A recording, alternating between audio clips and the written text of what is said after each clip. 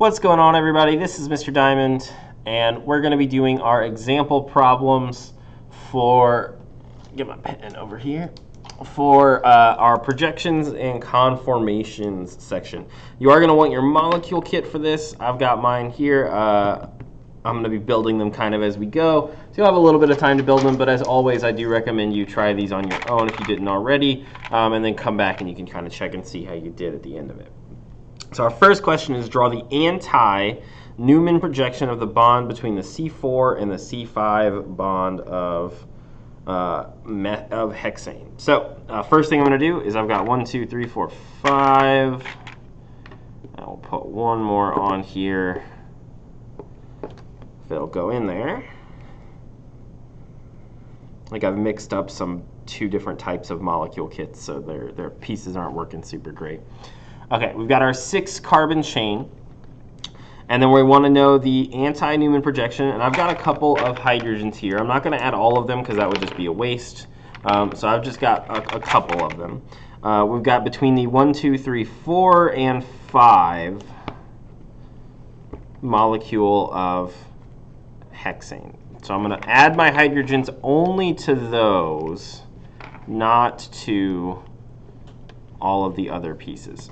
So this is my 1, 2, 3, 4, 5. So since it says between the C4 and C5, we're going to put C4 at the front of our how we're holding it. So remember, you want to hold it so that way you cannot see this bond right here. We're trying to hide that bond.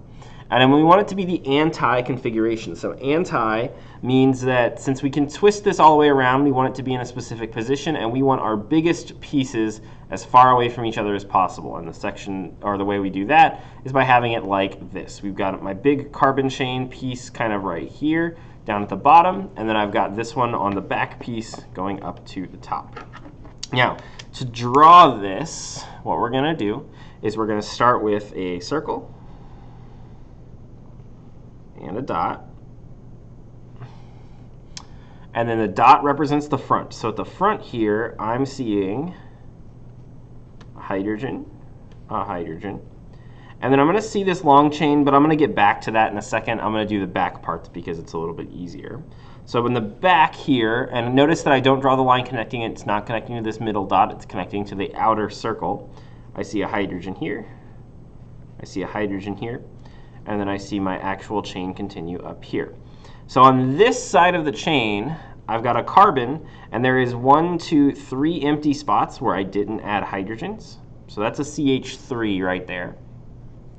And then back here, I've got 1, 2, 3 carbons, so it'll be a C3, and then 1, 2, 3, 4, 5, 6, 7, H7 chain. And there you have it. That is our anti-Newman projection for the bond between C3 and C5 of hexane. Now, I mentioned in the notes video that I was going to show you what I meant by energy, because again, this is the lowest energy conformation that you can have for this. So I'm going to go back, and I'm actually going to really quickly reconstruct my methane, or my butane molecule.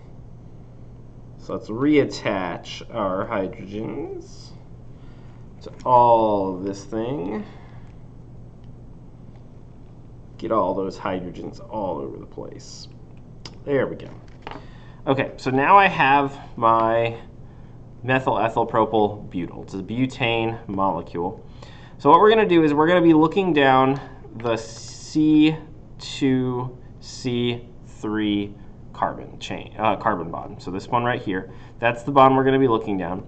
And we're going to start with the, let me move this up a little bit so you guys can see it a little better. So we're going to start with this configuration, which we would know would be the anti-configuration. So anti-configuration, and this might be a good thing to add to your notes if you aren't already adding it. So we're going to do energy. So we're going to start here, very, very low energy. This is the anti. And then as we twist, it's going to increase in energy as it goes up to being the first type of eclipsed.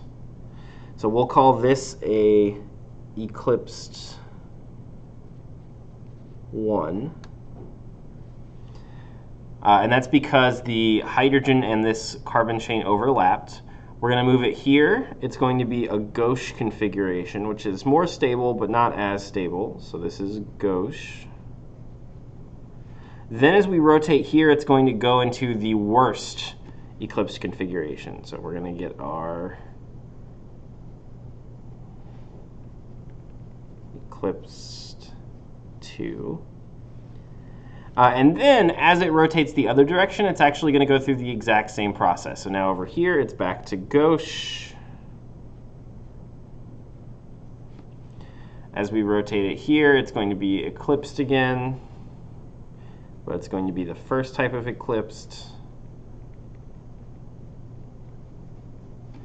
And then as we finally rotate it all the way back around,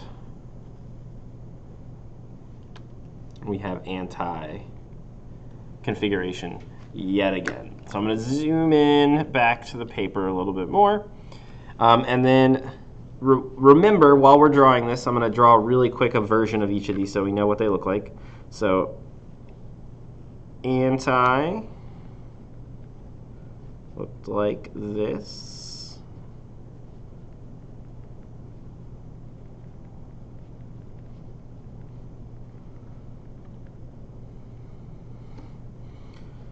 Gauche. We're still going to draw the same basic shape, but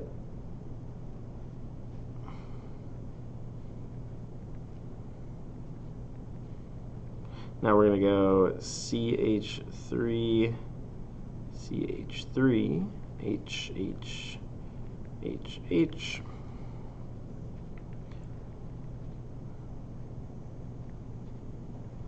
Eclipse number 1.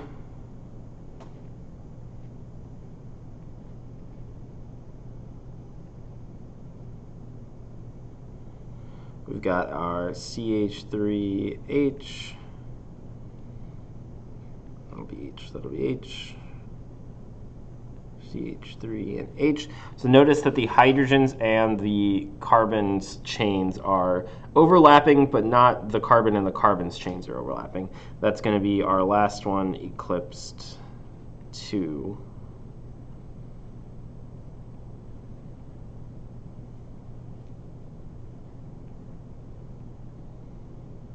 Also, I'm not going to be nitpicky about it, but make sure that you put your back bonds on the same side. You can either do them all to the right or all to the left. If you don't do that, your molecule looks like it's all bent out of shape. You won't miss points for it, but it just looks a little weird. So now we've got our CH3s overlapping, and our H's are not overlapping, or are overlapping, but are overlapping only with the H's. So again, it starts with anti. As you rotate, as you twist it, you're going to get these H's and the CH3s to overlap. So that's going to spike in energy. It's going to then rotate to where these aren't opposite from each other, but they're not overlapping. That's a gauche. Then you'll get the worst version of eclipsed where they're really close to each other. But then as you keep rotating it, you'll eventually go back to gauche, back to eclipsed, and then 1, and then down to anti. Okay, so now what we're going to do, I'm going to remove a bunch of my hydrogens from my structure again. Just had a minor panic attack because I realized I wasn't sure if I actually hit start recording, and I did, so that's good to know. I need one more bond. There we go. So our next question is the C3-C4 bond of pentane. I'll remove the rest of my hydrogens. Okay, 1, 2, 3, 4. And then it's going to be between the 1, 2, C3 and C4 bonds of pentane. And then this time it wants it to be a gauche, so we're going to rotate it so it's in this configuration. Again, this is C3, this is C4. And then we're also going to do sawhorse projection this time. So now what we're going to do, the easiest way to do sawhorse projections if you're doing the model kits is actually going to be to physically take it apart. So I'm going to, this one was at the front and it was in exactly this position. I'm going to pop it off and then I'm going to just move it exactly in that position and we're going to separate them from each other. And then I'm going to draw them like that. So we're going to draw our big old diagonal line here. Doesn't need to be that big, doesn't need to be that diagonal. It could also be like this. Either one is fine. I'll actually use this one. I like that one a little bit better. So we're going to go from this configuration here. I've got an H up there. I've got an H down there. And up here I've got a C2, 1, 2, 3, 4, H5. Set that to the side. And then in the back, I've got an H, got an H, I've got a CH3. So notice it is the exact same, it's the exact same pieces at least, of what would have been the Newman projection. The Newman projection would have been a piece that looks like this and then a piece that looks like that at the back. But we've separated them out from each other so you can see them a little bit better. It's like we took this bond here and we just stretched it out and made it like super duper long and then put the pieces just kind of, you know, far away from each other for it. So that's our gauche sawhorse projection of the C3-C4 bond of pentane.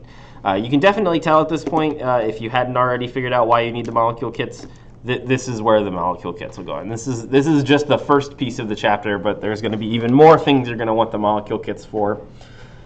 In the meantime, though, this is Mr. Diamond. As I get a big stretch of yawn. I hope you have a good rest of your day. If you have any questions, please shoot me an email. Otherwise, this is Mr. Diamond signing off. See you, everybody.